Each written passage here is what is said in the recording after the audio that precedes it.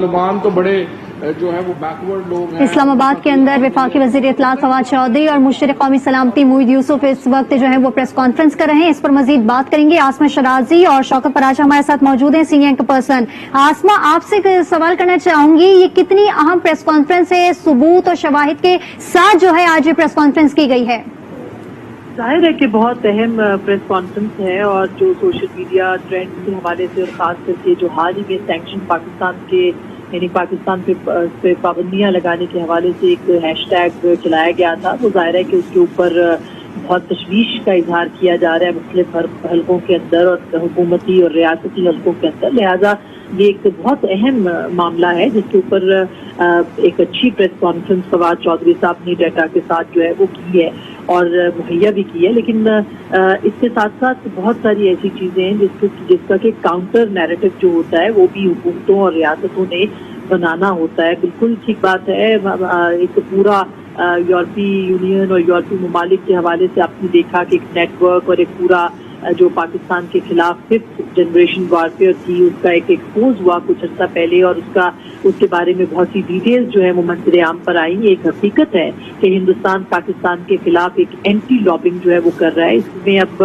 وہی نہیں بلکہ افغانستان بھی اس کے اندر شریک ہو چکا ہے، اور بہت ساری اور قوتیں جو پاکستان کے خلاف کام کر رہی ہیں، لیکن اس میں اہم بات یہ ہے کہ پاکستان کیا کر رہا ہے۔ پاکستان کو چاہیے یہ کہ اس کا ایک اینٹی نیریٹو استعمال بناتے ہوئے اپنے جو پلیٹ فارمز ہیں، سوشل میڈیا ہے، اس کو ایکٹیو کرے۔ بدقسمتی سے ہم نے یہ دیکھا ہے کہ گزشتہ کچھ عرصے میں پاکستان کے اندر بسنے والوں کے خلاف جو ہے وہ ٹرینڈ چلائے گئے ہیں اور مختلف حلقوں کے اندر سے وہ چلائے گئے ہیں، اس کے بھی بہت سارے ثبوت موجود ہیں اور اس کے اوپر بھی جو خبریں ہیں وہ آتی رہتی ہیں، لیکن بہرحال اس وقت جو معاملات ہیں ہمارے افغانستان کے ساتھ، وہ ایک بڑا میٹر ہے، ایک بہت بڑا معاملہ ہے، اس کو سیریسلی لینا چاہیے، اور ہماری جتنی بھی قوتیں ہیں ان کو بھی اپنی اندرون خانہ جو لڑائیاں ہیں اس کو ختم کر کے جو ہمارے دشمن اکٹھے ہو رہے ہیں ہمارے خلاف، ان کے لیے جو ایک نیریٹو یا پالیسی ہے وہ بنانی چاہیے۔ اس میں کوئی دو رائے نہیں ہے کہ پوری ہندوستان کی لابی جو ہے وہ بہت اسٹرانگ لابی ہے، افغانستان کے ساتھ پوری طرح سے شریک ہے، آج اسرائیل کا نام بھی انہوں نے لیا، بالکل صحیح، ساری چیزیں جو ہیں وہ انہوں نے ایکسپلین کی ہیں، مگر اس کے ساتھ ساتھ جن پاورز کو وہ پاکستان کے اندر موجود ڈومیسٹک جو پاورز ہیں ان کو آئیڈینٹیفائی کر رہے ہیں۔ بہتر یہ ہے کہ حکومت ان کو انگیج کرے، ان کے ساتھ بات کرے، تاکہ کوئی بھی کسی کے ہاتھ استعمال نہ ہو۔ تو یہ ایک بات ہے جس کو کہ ضرور دیکھنا چاہیے، اور اس کے ساتھ ساتھ تدارک کرنا چاہیے انٹلیکچولی، انٹیلیجنشیا کے لیول کے اوپر، اور ظاہر ہے کہ پاکستان اگر ایک فیئر جنگ لڑ رہا ہے،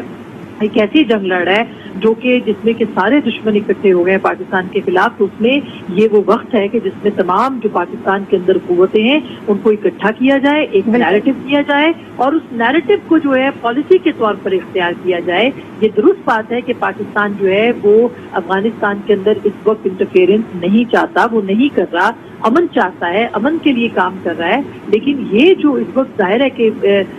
انٹرنیٹ کے اوپر اور سوشل میڈیا پہ جو جنگ لڑی جا رہی ہے، اس کے خلاف ایک ضروری ہے کہ پاکستان کی تمام قوتیں ایک نیریٹو کے ساتھ ہوں اور ایک پلیٹ فارم کے اوپر۔ بالکل، جیسا آسما آپ نے بھی اس بات کا ذکر کیا ہے کہ جو اینٹی لابی ہے وہ بہت زیادہ اسٹرانگ ہوتی جاتی ہے، دیکھی جا رہی ہے ٹویٹر پر اور دیگر جو اپلیکیشن ہے اس پر بھی ہم دیکھ رہے ہیں کہ اس طرح کے جو مواد ہے وہ دن بدن بڑھتے جا رہے ہیں۔ آپ کیا سمجھتی ہیں کس طرح جو ہے اس کو روکنا چاہیے؟ جیسا کہ آپ نے یہ بھی کہا کہ دیگر جو پارٹیز ہیں ان سے مل بیٹھ کر بات کرنی چاہیے، جو مسئلے ان کو حل کرنے چاہیے۔ جی بالکل، اور اس کے ساتھ ساتھ جو اپنے ہمارے ہاں ایک ڈفرینس آف اوپینین ہے، جو لوگ تنقید کرتے ہیں، حکومت پہ کرتے ہیں، ریاستی پالیسیز پہ کرتے ہیں، ان کو نیگیٹیولی لیتے ہوئے نہ لیا جائے۔ ٹھیک ہے، بہت سارے لوگ بہت ساری اس پہ ہوں گے، لیکن جو ایک کنسٹرکٹیو بات کرتے ہیں ان کو بجائے کہ ان کے اوپر بھی غداری کے فتوے لگائیں، بجائے کہ ان کے اوپر جو ہے وہ ٹرولنگ کی جائے، بجائے یہ کہ ان کو سوشل میڈیا کے اوپر بدنام کیا جائے، اس وقت پہ سب کو اکٹھے لے کے تو ان ساری انرجیز کو ایسے لوگوں کے خلاف استعمال کرنا چاہیے جن کے بارے میں آج فواد چودھری صاحب اور موید یوسف صاحب نے ایک بڑی کمپریہنسو